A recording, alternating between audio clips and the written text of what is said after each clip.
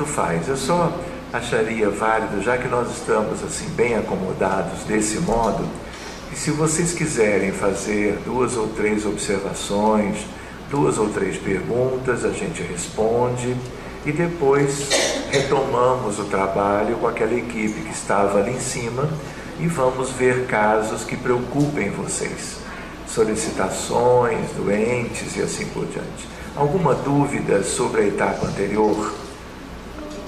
Algum comentário? Algo que não tenha ficado bem compreendido? Agradecer a vocês, porque vocês se comportaram muito bem. Apesar de todo o calor, abriram a porta 20 vezes.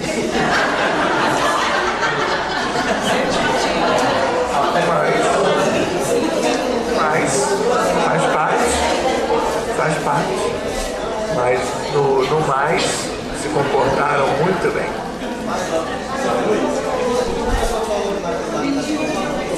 Então, a Adriana, que foi o outro microfone? A Adriana tem uma pergunta.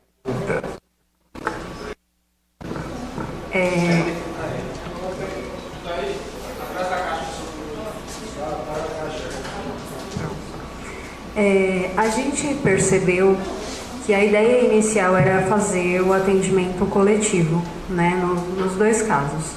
Em um, você explicou que não houve essa possibilidade porque houve antecipação, mas no outro também a gente percebeu que não atingiu o objetivo que a gente, pelo menos, esperava, ou talvez que eu esperava, que era fazer todo aquele trabalho, né, que você nos apresentou ontem. Aí eu queria saber, assim, o que faltou, né? O que faltou alguma coisa em relação aos médiums? Foi em relação ao diálogo? Ou não faltou nada e aconteceu efetivamente? Assim, quando a gente subiu com a última equipe, né, a nossa ideia era abrir as questões coletivas envolvendo a Síria, ponto. Depois ou antes a questão de Belo Horizonte foi comentada e talvez a questão do Ceará, que também foi sugerido. Só que como o grupo não tem bem uma ideia do que é isso, de como fazer isso, no que nós estávamos ali em cima, os médiuns foram dando passividade. E passividade de espíritos ligados aos casos coletivos A, B e C.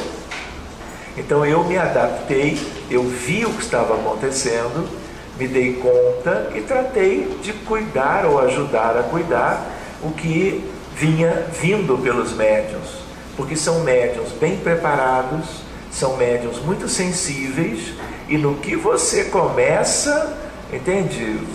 A coisa ocorre sem que eu controle, né? E como são médiuns que não trabalham comigo, não conhecem a rotina, eles funcionaram como funcionam numa reunião comum. Então não deixou de ser muito bom. Primeiro, por ser uma coisa que saiu do que nós esperávamos. E isso enriquece, faz a gente buscar compreender, a gente se adaptar. E todos os espíritos que vieram foram devidamente acolhidos. E eu fui percebendo que naquele contexto tinha Síria, envolvendo alguns médiuns e dialogadores, e envolvendo nitidamente a questão das avalanches, dos deslizamentos, da morte de gente, famílias procurando pelos seus familiares, sem saberem inclusive que haviam desencarnado. Então não deixou de ser um início bom, muito bom, de tratamento coletivo. Mas no tratamento coletivo não é bem assim. Eu fiz a prece e o pessoal achou que podia dar facilidade. Entende? Eu ia preparar para selecionar o contexto da Síria, para todo mundo entender, olha gente, agora só se recebe, só se lida com o contexto este. Mas não deu tempo, porque a coisa é dinâmica e é como se estivesse tudo assim pronto. E aí veio à tona e foi ótimo, né? Então isso é uma coisa. A outra coisa é que, como aconteceu assim, chegou num certo momento, depois de vários atendimentos pontuais de questões da Síria, envolvendo gente mazinha, mas nem tanto, envolvendo vítimas, famílias que estavam precisando de encontrar os familiares, tinha gente preso pelo pescoço, enfim, a gente cuidou. E aí eu disse, olha, agora nós vamos abrir para a Síria, porque o que nós trouxemos aqui não é ainda o que tem para atender, porque a questão da Síria é macroscópica, é um conjunto muito grande de vítimas. Então a ideia era dupla. Primeiro, através de campos, procurar atrair para esse ambiente, para daqui, ganhando já alguma vibração fluídica da equipe mediúnica, daqui levá-los para completar o tratamento deles em região mais elevada. E aí eu fiz os campos para isso. Mas nenhum médium quase que tem vidência nesse grupo. E aí eles não puderam acompanhar. Mas foi feito. E era o que a espiritualidade queria. Ponto. Depois eu me dei conta o quê? Que, de certa maneira, só de nós termos conversado sobre a questão de campo delimitando Belo Horizonte, a espiritualidade, só de a gente mencionar, eles já trouxeram espíritos vitimados pela chuvarada, pelo temporal. Então, nós não concluímos ainda esse atendimento. Podemos deixar como está? Podemos, porque já foi feito algo muito proveitoso para algumas vítimas e suas famílias. A espiritualidade pode ter feito boa parte do que eu gostaria sem que a equipe se desse conta, sem que eu mesmo me desse conta. Ótimo, mas eu não sei. E como eu não sei, eu preferia continuar, reabrir para uma espécie de completar o atendimento, como fizemos com a Síria, fazermos com Belo Horizonte. Na verdade, não é só Belo Horizonte, porque na mesma época teve enchentes e vítimas mortais em São Paulo, no norte fluminense e numa altura do Espírito Santo também. Então, quando é assim, a espiritualidade pode delimitar todo o contexto para não atender só Minas. E por que deixar os outros sem atendimento? Na verdade, isso é o mesmo problema. A gente quer ajudar independente de estado ou de cidade. Então eu não sei se eu te respondi, mas a ideia é essa.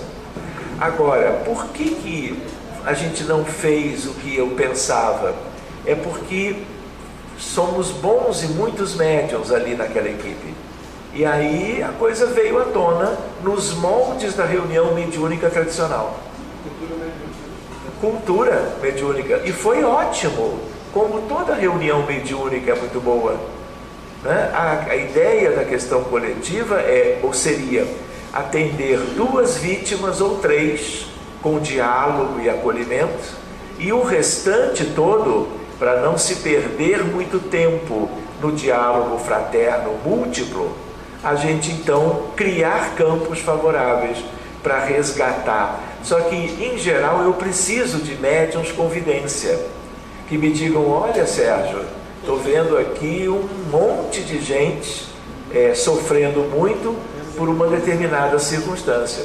E aí, quando eu aplico o campo, os mesmos médiuns que viram aquela situação adversa e sofrida, eles acompanham, monitorando o que eu vou fazendo.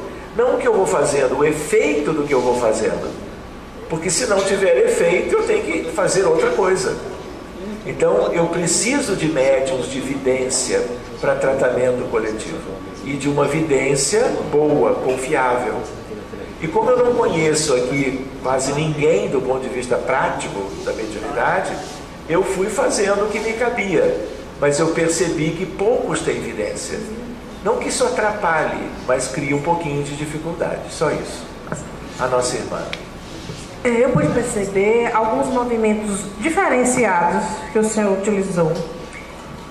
Não sei se foi nos casos em que o espírito estava um pouco mais resistente a atender o comando, e também em relação àquela situação que, através do comando, o senhor induzia que ele descesse. Aí eu queria entender melhor por quê, qual a finalidade dessas duas situações. Ótima pergunta. A primeira eu não entendi bem, mas a segunda eu já respondo. Quando o espírito é endurecido, para dizer às vezes pouco, a gente não perde de vista que ele pode ser endurecido, mas ele é humano. Ele tem uma história. E é uma história que, somado à última vida, às anteriores, fez com que ele enveredasse por um caminho em que ele vai e transgride as leis de Deus e se encanta com a violência e a morte dos chamados inimigos. Mas isso gera uma condição de refratariedade dos mecanismos de auxílio para ele ou para ela. Então, quando eu percebo isso, e aconteceu aqui hoje, eu preciso, como um puxão de orelhas. Tipo assim, olha, eu vou tentando pelo diálogo, né?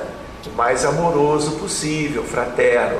Mas quando, por orgulho, e é sempre por orgulho, a criatura se acha, e no sentido de achar que está fazendo tudo certo, como bem entende, e assim, azar, quem pensar diferente, tem mecanismos para tudo.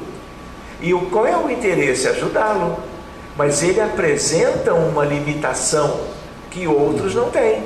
Então eu tenho que usar alguma técnica para fazer frente ao que ele me mostra, que é o mundo dele hoje.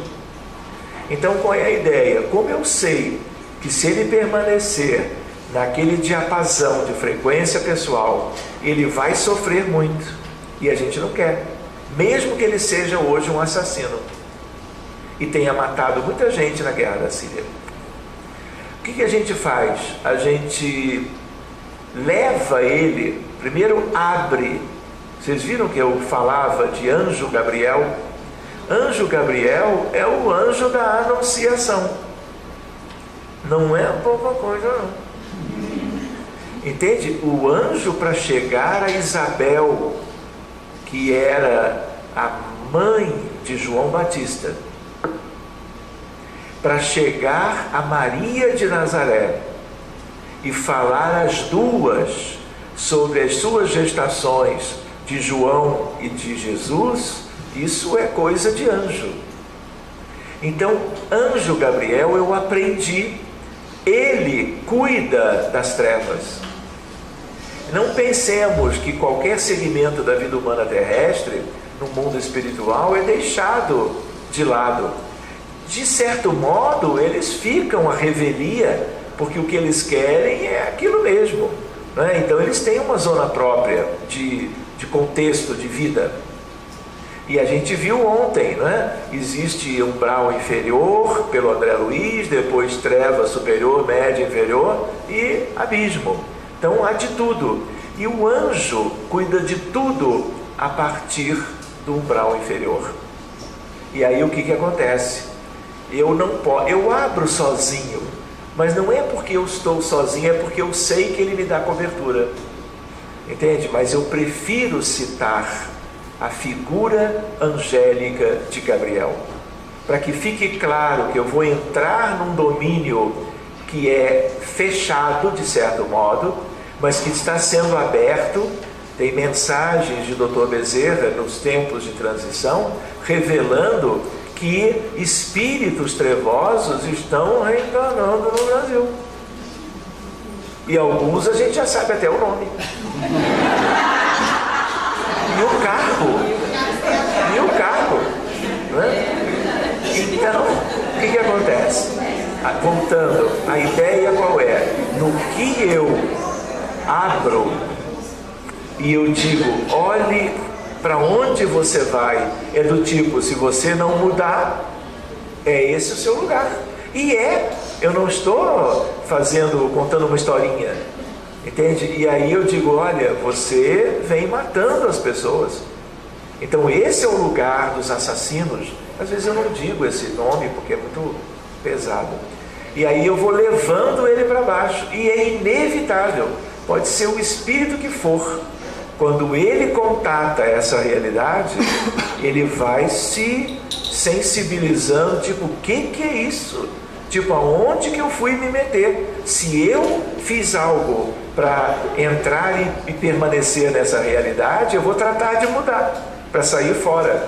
Então é uma estratégia para sensibilizá-lo. E viu o que aconteceu? Tipo assim, socorro! E aí eu ainda vou um pouco mais baixo, para não dar margem a dúvidas dele, para ele não subir ou me enganar, entre aspas, de que, não, tá, então não quero, então saio fora disso, mas depois continua a fazer aquelas coisas. Tem que ser uma coisa que eu sinta que cumpriu o seu papel. Conseguimos, ele está de fato sensibilizado por aquelas vibrações ali. Então essa é uma coisa. A outra, primeira pergunta, eu não lembro. Digamos que ele se tornasse ainda resistente diante dessa situação, aí ele seria induzido a retroceder, a subir novamente, ou deixaria lá? Vai descer mais. Em relação ao... E o que é curioso, desce, desce, desce. Não quer mudar, se sensibiliza, fica ali num determinado nível de sofrimento, para poder, ao longo de dias, semanas ou anos, vivendo aquilo, ele se sensibilizar. Tipo, poxa, perdi uma oportunidade, eu sei como é que era um pouco mais em cima, e olha o meu estado em andrajos espirituais. Diferente dos que a gente vai resgatar, que sempre traz. Sempre. Qual que é a... Deixa só ela completar. Era em relação ao movimento praticamente cortada. Eu... Sim. É uma técnica? É uma técnica. É uma técnica. Assim, existem várias, né? Essa da contagem, dos comandos é uma, mas gente, quando a gente lida com certas criaturas, você tem que destruir contextos. Por exemplo, você entra para ajudar um doente mental, diagnóstico A, B ou C.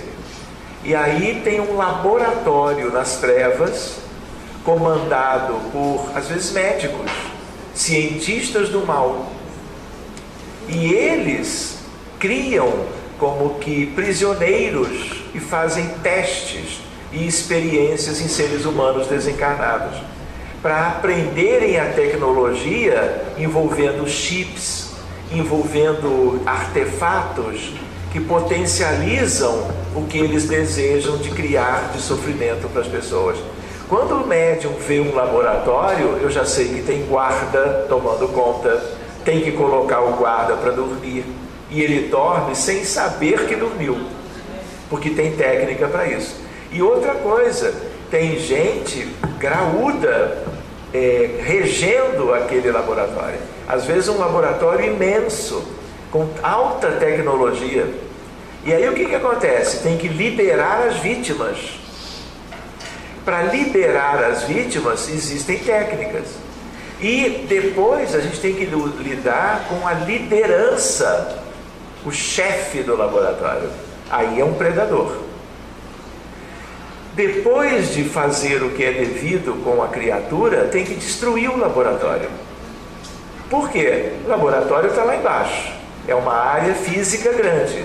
Se você deixar ele íntegro, vem uma turma se aproveitar e reinstalam alguma coisa de caráter prejudicial. Então, para dar mais trabalho para a turma do mal ou do contra, nós temos que destruir. E para destruir, isso aqui não basta, mais isso aqui. E aí, para evitar gastar isso, nós usamos algo que é um estalar de dedos, que é isso. Isso é um explosivo quando eu direciono para o laboratório. É um terremoto que eu causo naquela região. E o laboratório desmorona. Por isso que antes eu tenho que ter certeza que saíram todos. bons e maus, vítimas e algozes. E aí o movimento é mais intenso. Então, para cada questão, o que a gente sabe que vai funcionar. No caso de descer, você induz o espírito a descer, como é a técnica? O processo dele descer, ou a espiritualidade trabalha e vamos lhe falando, olha, está descendo. E você vai sendo orientado. Eu vou pedir a colaboração de vocês, porque tem já uma sequência. A pessoa que está com o microfone é que deve fazer a questão. E depois tem aqui já a Dona Ruth da Lei, tem outra pessoa que tem aí, eu estou na fila. Se eu estou conversando, dialogando com aquela entidade, e eu sei que eu preciso descer com ele, basta que eu imponha a mão. E uma voz de comando, que pode ser sem a voz articulada, a palavra articulada, mentalmente eu já estou descendo com ele, induzindo-o, porque ele nessa realidade, ele é frágil, ele pode ser um tirano na guerra, mas nesse ambiente ele não tem como evitar, porque as forças envolvidas, elas são muito bem trabalhadas, entende? Por aqueles que conhecem essas dificuldades humanas. E se ele precisa descer até um certo nível, ele vai descer. Depois, se ele se toca, se sensibiliza, a gente sobe. E olha como eles ficaram bem ainda antes de subirem mais, não é? Mas existem aqueles que vão ficar, até porque lá é o lugar deles. Mas aí a gente desce para regiões mais profundas do que os lugares habituais de onde eles provêm, para eles entenderem e serem tocados por algo de lei. Porque se eles descem, é porque eles têm a ver com a descida. Senão não desce. Eu posso fazer o comando que for, mas lá não é o lugar, nunca foi, nunca será, não vai nem passar por ali, mesmo eu querendo. Mas eu já sei o que eu preciso querer diante de cada entidade, com cada questão. Eu posso opinar, né? Não é uma resposta, mas é uma opinião para ter a própria crítica de ser presente. Duas questões feitas, a tua, Roberto, e alguém chegou a questionar aqui se todo doutrinador pode fazer isso. Eu vou dizer agora a minha opinião. Todo doutrinador pode fazer isso, contanto que estude, conheça e saiba o que está fazendo. Não é fazer porque viu alguém fazendo e vou fazer. É importante a gente entender isso. Se tiver algo a corrigir, Sérgio, por favor, aproveite e corrija. É uma opinião colocada por mim. A questão moral está em dias também. Mesmo sabendo que está fazendo, se tiver moral, ele consegue. Então, eu acho que o nosso irmão tem toda a razão. A pergunta não tinha sido feita para mim, mas agora que eu soube, é claro que nós estamos fazendo algo instrutivo, né? Que demonstra algumas técnicas e tudo, mas ele lembrou muito bem. Vou fazer uma observação, vocês vão me entender. São 40 anos de reuniões mediúnicas, de estudar muito, desde criança. Envolve questões que a medicina me ajudou, envolve questões que a física me ajudou. Então é um kit favorável, eu diria. Então a gente não tem a ilusão de que de uma hora para outra não tem nenhum mistério. Mas se estudar, se dedicar, se ir fazendo devagarinho coisas simples, técnicas simples, você pode testar o resultado, mas é preciso lembrar que técnica e algo ligado à intelectualidade é uma coisa. Nós nunca podemos perder de vista sentimento. O sentimento é tudo. Você está fazendo isso com que objetivo? É algo forte, vamos dizer, mas é por amor. Se você não evitar que ele continue a causar mal para os outros, você não está fazendo alguma coisa de ajuda verdadeira para ele, porque ele vai continuar afundando mais. Então, às vezes, uma coisa mais intensa é altamente recomendável em certos contextos, em outro não. Então, a dosimetria em relação à intensidade, à qualidade do que você coloca em ação é bem importante também, para você não fazer nem de menos, nem exagerar e poder causar qualquer dano ou prejuízo a quem quer que seja. É claro que a espiritualidade, vou contar um exemplo, vocês vão me entender. Vezes, em contextos que a gente se depara, a gente tem que enviar espíritos para fora da Terra. Transição planetária também é isso, como está no livro. Rudes degredos reeducativos a que fazem jus.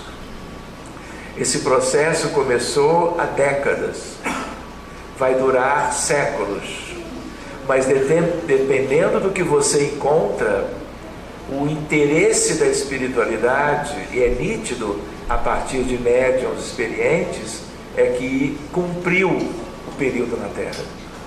E aí o que acontece? Eu uso, tem outro jeito, a técnica própria para levá-lo para longe e não poder voltar, salvo autorização superior. Então existem técnicas de expulsão do planeta. Assim como aconteceram técnicas semelhantes em Sírios, em Capela, na Terra existem agora. O livro também trata, por isso que eu trouxe esse livro, do princípio da solidariedade entre os mundos que eu comentei ontem.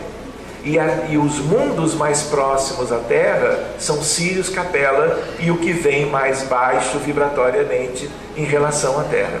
Então a ideia qual é? A ideia é de que há recursos para despedir espíritos do planeta. Mas sempre que eu me vejo quase que na obrigação de proceder assim, eu sempre digo que seja feita a vontade do alto e nunca a minha. Vocês entendem isso? Isso é um acerto com aqueles que nos dirigem. Eu não quero pensar ou tomar uma decisão sendo a pessoa limitada que eu sou. Entende? Eu entendo, já tenho um pouquinho de vivência para fazer isso, mas ele só vai A, B, C ou uma multidão se o alto respaldar, porque aí de verdade é hora da partida. Sérgio, sou Antônio Tucano. A minha dúvida é em relação à comunicação, que você fez a comunicação da Síria, né? E a língua deles é árabe e a comunicação vem em português. Tem alguma diferença aí? Repara, a comunicação mediúnica ela é de perispírito para perispírito, de pensamento a pensamento, de mente a mente.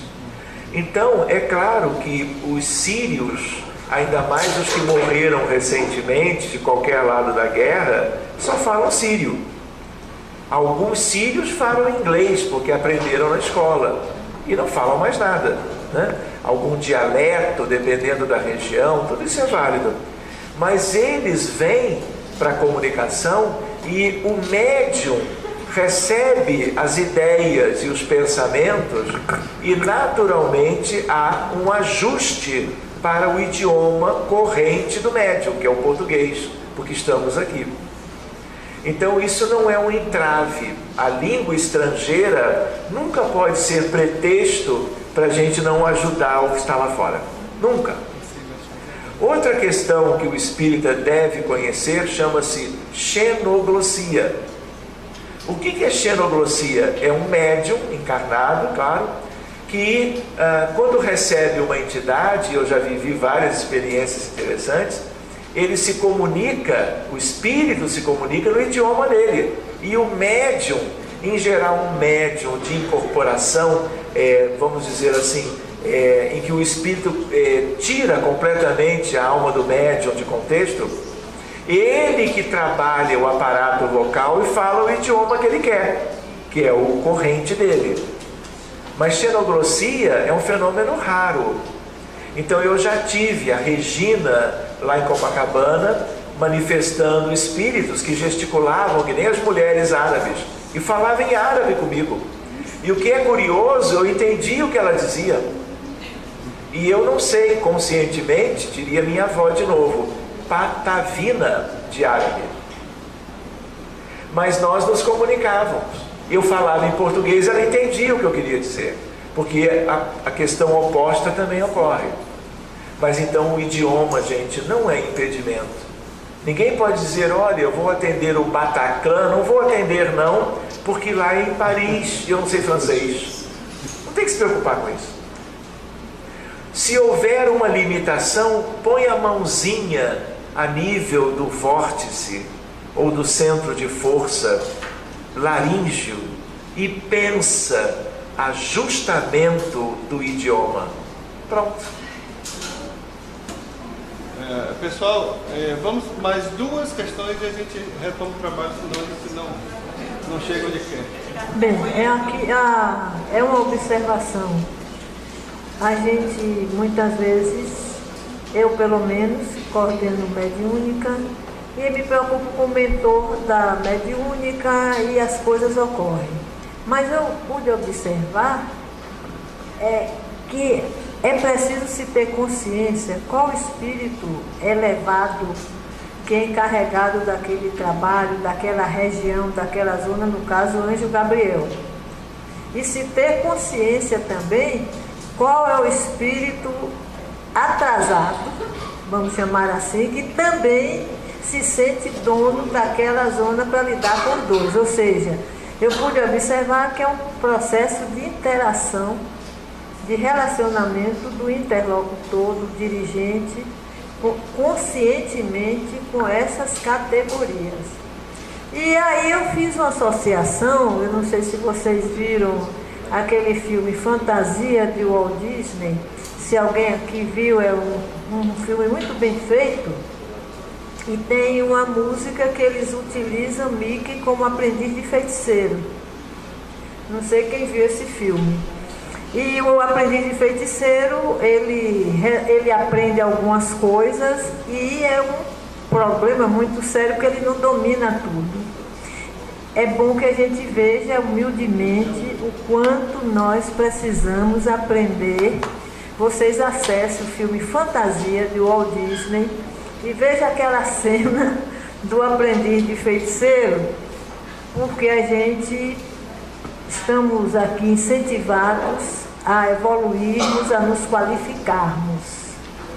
Mas me chama a atenção na consciência do anjo Gabriel, que é o coordenador da elevação dessas zonas perigosíssimas, e o respeito também, o saber lidar com o espírito que se sente o dono daquele reduto. É isso. Muito bem, Ruth.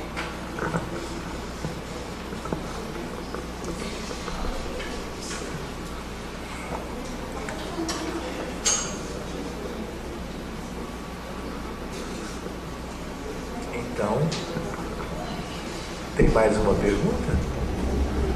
Tem, acho que Dona Ruth só foi uma observação, né, que ela fez e não requer.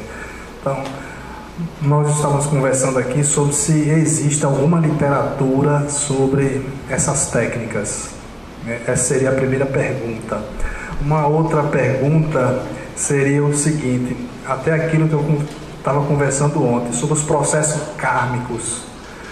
Como ficariam esses processos quando a pessoa está indo, o espírito encarnado, se há uma intervenção direta naquela patologia, já que ele precisava passar por isso, tal.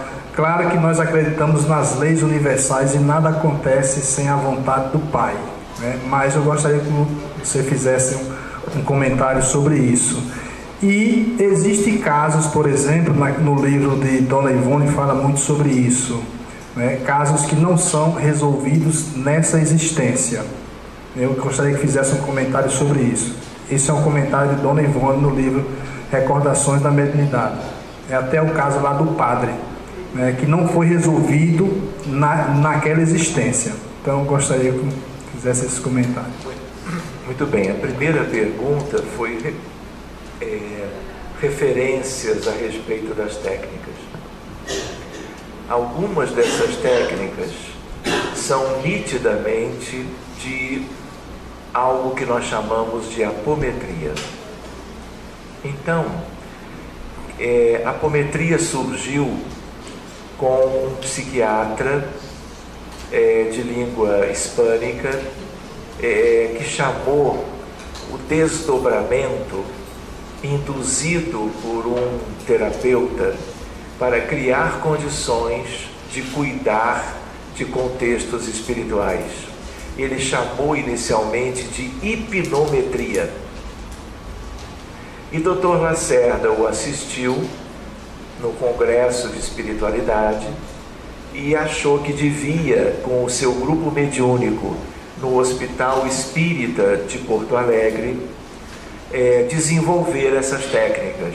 Então, na verdade, Dr. Lacerda é o grande pesquisador, desenvolvedor de técnicas de abordagem para casos delicados, como tão frequentemente temos hoje. Então, o livro se chama, anotem, Espírito e Matéria, Novos Horizontes para a Medicina, José Lacerda de Azevedo. Depois ele publicou um segundo livro, menorzinho, Energia e Matéria, também, portanto, da autoria dele. Esses livros estão em língua portuguesa, eles esgotaram, mas já foram reeditados. Dependendo da época, talvez você não encontre para vender, não é? Para você comprar. Então, às vezes você encontra em sebo. Tem disponível atualmente. Então, se existe um livro que nós podemos sugerir para quem queira se familiarizar melhor com essa forma de abordar as questões, o livro é o primeiro, aquele Espírito e Matéria, Novos Horizontes da Medicina, José Lacerda de Azevedo.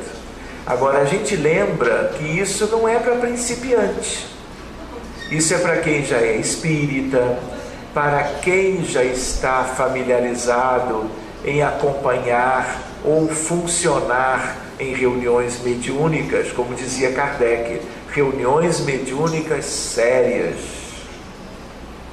Isso não é uma coisa para curiosidade, entende? É uma coisa para você conhecer e entender melhor, já que eu vindo, por exemplo, a prioridade foi outra, mas de uma outra vez nós podemos fazer um curso destas técnicas, desde que seja do interesse geral, não é? Para que vocês se familiarizem com isso também, com detalhes disso. O que é dialimetria? O que é ressonância com o passado? Então, isso aí, tem várias técnicas. Pois bem, a outra questão que você formulou é a questão... Qual foi mesmo? A questão do karma. Sobre os processos kármicos. Isso. O que ele quis dizer com a pergunta? Poxa, você ontem mostrou um garotinho que se sacudia todo por um transtorno neurológico neonatal, porque começou no 10º dia de vida, que tinha uma questão lá no cérebro, nos ventrículos dilatados, que teve origem na guerra. Tanto é que ele nem entrou na vida física e ele já tinha problema cerebral. Sugerindo então que a causa era de vidas anteriores. E aí vocês viram que ele melhorou tanto que ele praticamente se tornou uma criança normal. Aí ele questionou, ué, mas e o karma? Por que ele conseguiu todo esse benefício? Porque, infelizmente, hoje, esses atendimentos, eles não são frequentes. Nós não temos muitos grupos no mundo. Por isso que a gente tem que sentar e estudar. E ver a prática funcionando, ver o estudo de casos, para que a gente veja essa prática se multiplicando. Porque quanto mais equipes preparadas para isso, mais socorro, mais ajuda vai se prestando a espíritos, família, coletividades, como vocês estão vendo agora, nesses dias, não é? Então, o que acontece? Por que aquele menino que tinha feito um determinado mal, por que o karma dele foi abreviado? Por merecimento, é lei. E aí a gente lembra que quando ele veio já como um rapazote, e eu pude conversar com ele naquela oportunidade de, por ideoplastia, formar um cérebro novinho para dar para ele esse cérebro novo, gerar um benefício no cérebro original dele, né? Isso tudo tem a ver com merecimento.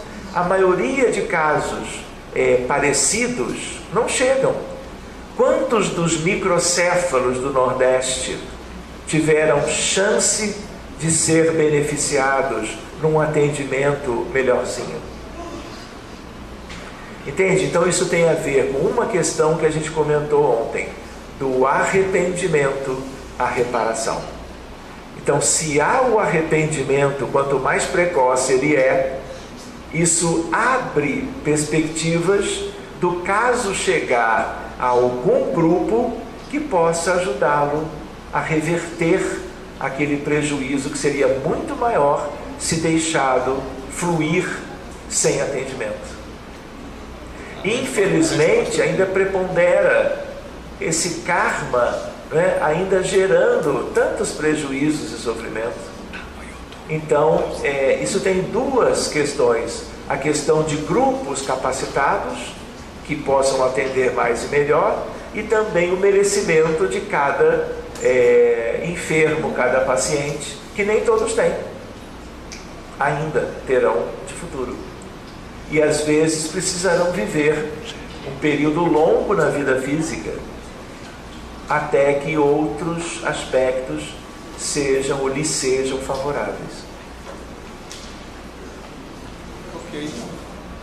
Deixa para depois? Então como combinado, as duas já aconteceram, então vamos voltar ao trabalho.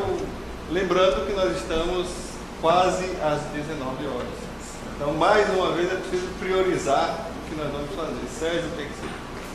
Bem, eu acho que, assim, aquilo que foi feito há pouco foi altamente proveitoso. E foi uma forma da gente sentir um pouco o gostinho do tratamento coletivo, mesmo tendo saído de como as coisas poderiam acontecer se tivéssemos médiums com vidência acurada. Ponto. Então, a outra alternativa são duas: ou a gente tenta retomar questões coletivas, ou então a gente usa o tempo para ir cuidando de casos individuais novamente. Pelo visto, é o que é a preferência.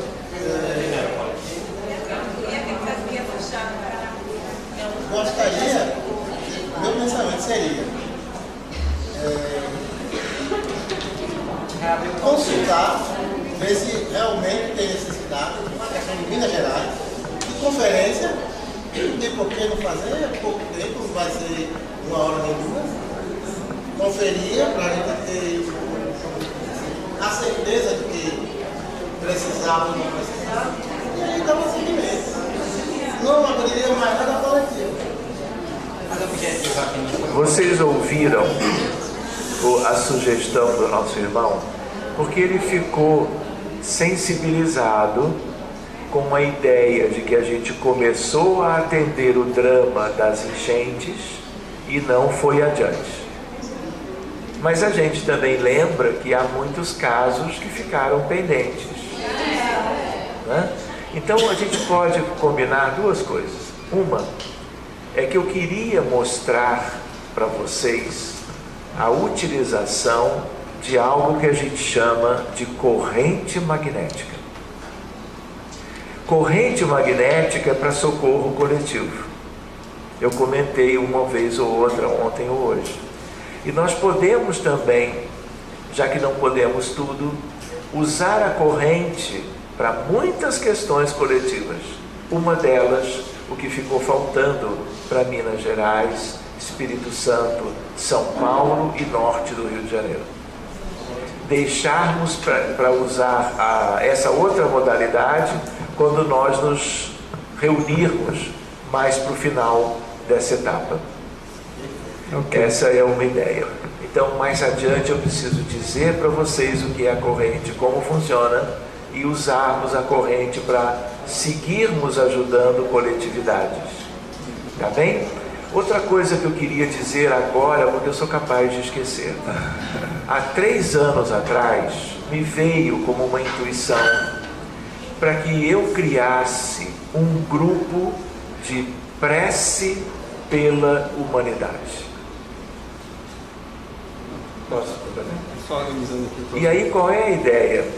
Todos os domingos, como amanhã, às 18 horas, no Canadá é 2 horas antes, e na Dinamarca são 4 horas depois. Então nós começamos meia dúzia de pessoas, entre brasileiros e portugueses, de uma aldeia de Portugal, onde dirigentes espíritas amigas começaram a proposta comigo. E aí qual é a ideia? Todos os domingos às 18 horas nós ficamos 20 a 30 minutos em prece. Eu em minha casa ou onde eu estiver e puder transmitir. É um grupo fechado de WhatsApp que tem esse nome: Prece pela Humanidade. Qualquer um de vocês que queira participar, é só pedir. Eu sou administrador do grupo. É só pedir para entrar. Mas não é entrar só para receber, vamos dizer, benefícios da oração coletiva. É para participar, para estar presente às 18 horas no horário de Brasília, cuidando, e aí eu vou lembrando da Síria, dos náufragos, vou lembrando dos suicidas do Brasil e do mundo, das crianças autistas, dos doentes com depressão e risco de suicídio. Então tudo que eu vou me lembrando, eu vou pedindo ajuda. E quem está em seu lar, entra 2, 3 minutos antes das 18 horas e, se quiser, naquele domingo, acompanha. Mas não é acompanhar para buscar benefício próprio. A ideia é de somar para a humanidade. Então estão todos convidados. Quando vocês encontrarem, escrevendo na lupinha do Facebook, Prece pela Humanidade, vocês vão ver um garotinho simpático com as mãozinhas postas numa fotografia preto e branco. É só pedir para entrar. E aí eu vou incluir quem pedir, naturalmente. A ideia qual é? A ideia de cada um de vocês que tem seus casos, tem familiares, conhecidos, colegas com problemas médicos, problemas espirituais, emocionais. Vocês, cada um pode ter um caderno. Vejam a nossa irmã Ruth, ela conseguiu um caderno de capa azul só para esse encontro. E ela está desde ontem anotando. Cada um pode ter o seu caderno. E aí coloca domingo, dia 24 de fevereiro, por exemplo. Na verdade, amanhã já é dia 1º de março. E aí coloca o nome de todo mundo que vocês querem que a espiritualidade ajude, atenda, beneficie. Pode ser familiar, pode ser quem quiser. que vocês queiram incluir. Então cada um vai ter o seu bloquinho, o seu pedaço de papel e vai atualizando a cada domingo. Cada um nos moldes do Evangelho no Lar vai separar um recipiente com água que vai ser fluidificado. Você ingere e oferece para os familiares. Entenderam a ideia? Prece pela humanidade. Hoje em dia, começou há 3 anos, são 1.400 pessoas de... quanto? 1.438. Ela já achou. Em 25 países diferentes. Qual é a ideia? Abraçar o planeta pela prece. Então, está feito o convite. Agora é de cada um.